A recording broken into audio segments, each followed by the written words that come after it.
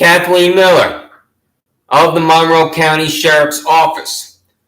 I'm wearing my pretty in pink shirt for this communication. How would you describe the work environment at your Monroe County Sheriff's Office? Can you perform your responsibilities free from sexual harassment?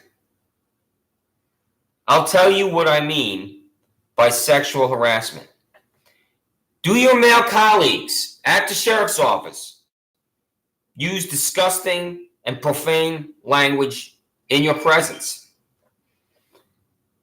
Do your male colleagues place hands on you in an inappropriate and vulgar manner?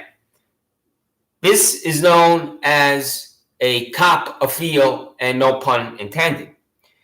Do your married male colleagues at the Monroe County Sheriff's Office ask you to do things after work, such as have a drink at a bar? Do your male colleagues send you emails at the Monroe County Sheriff's Office which language that constitutes obscenity and vulgarity? Do you believe your Monroe County Sheriff's Office work environment is one that is professional?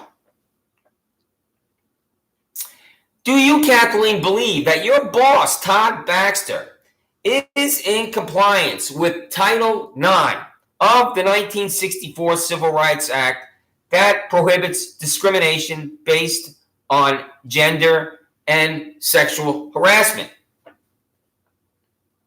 Pardon me, Kathleen. Oh, I'm looking out my window here, and your boss, Sheriff Baxter, he just allowed another inmate to escape from Monroe County Jail. So this is what you need to do. You need to send your double-dipping colleague, Michael Radler, because he retired in 2013, and now he's an assistant to the sheriff, to apprehend this man. And I'd like to know, Michael, as an assistant to the sheriff, what exactly are you doing there at the Monroe County Sheriff's Office? An assistant. Are you an intern?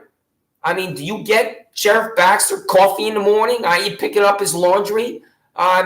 His dry cleaning? What exactly are you doing there as an assistant after a 25-year career? So you work for 25 years, and then you retire and collect a paycheck and then get hired again at the Monroe County Sheriff's Office? That's what I want to know, Michael Radler.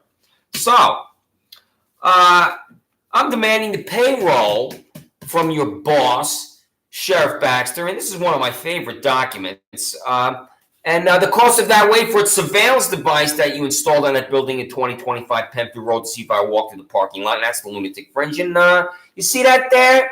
Sheriff Todd Baxter refused. Refused right there. Did you read that, Kathleen? Refused. So we have Sheriff Baxter is officially afraid of Chris Chichester, 26 Sanders Farm Drive in Penfield. The Sheriff of Monroe County refuses to open his mail. I showed this to my friends and family members. We laughed at this one here. So anyway, we have the toothless grass cutter. It goes alongside my house, and I don't want these parasites here. And I go outside, and the guy on his tractor, he stops, and then Steve Desmond of Brocolo Tree and Lawn Care, he gets on his phone, and he's calling your whack jobs from your Panorama Trail office, and suddenly 6 of them are here as I'm standing outside for only 30 seconds, and there's a pounding on my door. I come outside, I'm surrounded by your fanatics, and they put the handcuffs on me, so I'd like to know how this constitutes criminal contempt. This is just a vile assault on my life by your fanatics. So they don't own that land. And I go out there for 30 seconds and I object to these parasites being here. And what do? You descend on me with 6 of your taxpayer-financed public employees to violate my civil and constitutional rights with this fucking arrest. So, and here we have an appearance ticket written by your fellow fanatic, Andrew Reale. You see that right there? You can see that. That's his handwriting here. What is he doing still on the job after I've told you repeatedly about this? And I'll just briefly tell you again. I go to the gym, PW Fitness in Penfield. And I'm at the back of the gym, and I'm on the bench press. I'm about to do the third set of 10, and Jermaine Benman is standing in front of me, and he wants to use the bench press while I'm still on it. I'm not getting off the bench press because I still have 10 more to do. Benman can't wait. He stands over me. He punches down. My head snaps back. So this is an assault to someone at the gym, calls the Monroe County Sheriff's Office. And we go outside, and Andrew Reale is out there, and Reale places me in the vehicle, and he's talking to Benman in front of the vehicle, and he marches Benman around to the side of the vehicle, and Benman says to me, I want to press charges against you, and that is how I'm charged with harassment second by Andrew Reale. And how is Andrew Reale still employed at the Monroe County Sheriff's Office after doing this to me? Because I have to go to Penfield Town Court, and I appear before John Lomenzo. And I look over the prosecutor. She says nothing, not a word, because I'm not guilty of a crime. She has no argument. And the proceeding ends. I go in the back, and you put the handcuffs and leg irons on me, and I go to jail. And Reale is there. Reale tells me, we decided to arrest you before you got here. That's his exact language. So he knows how he charged me. He knows about this assault. He knows that he marched Benman around to the side of the vehicle. He knows all this, Andrew Reale. And he walked in to Penfield Town Court before John Lomenzo, who's releasing sexual predator Daniel DeLaus in Penfield, and he knows exactly what he did, and they put the handcuffs and leg irons on me, and I go to Monroe County Jail. And then Jermaine Benman, this violent thug, he appears before James Mully, and I get a subpoena. Benman is in front of Mully. I get there. And they order me out of the room at Penfield Town Court, which is at the end of the hall of the Penfield Public Library. I get a subpoena, I'm told, to leave the room. And what's happening is Jermaine Benman is going to be released because there's already a deal. That's exactly what happened. Benman appears before Mully, and he is released.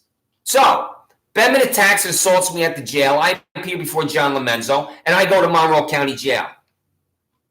Benman goes to Penfield Town Court. He appears before Mully, and he's a free man. So, you will hear from me relentlessly. And this is what you need to do. Because I'm going to be contacting you by registered mail, certified mail.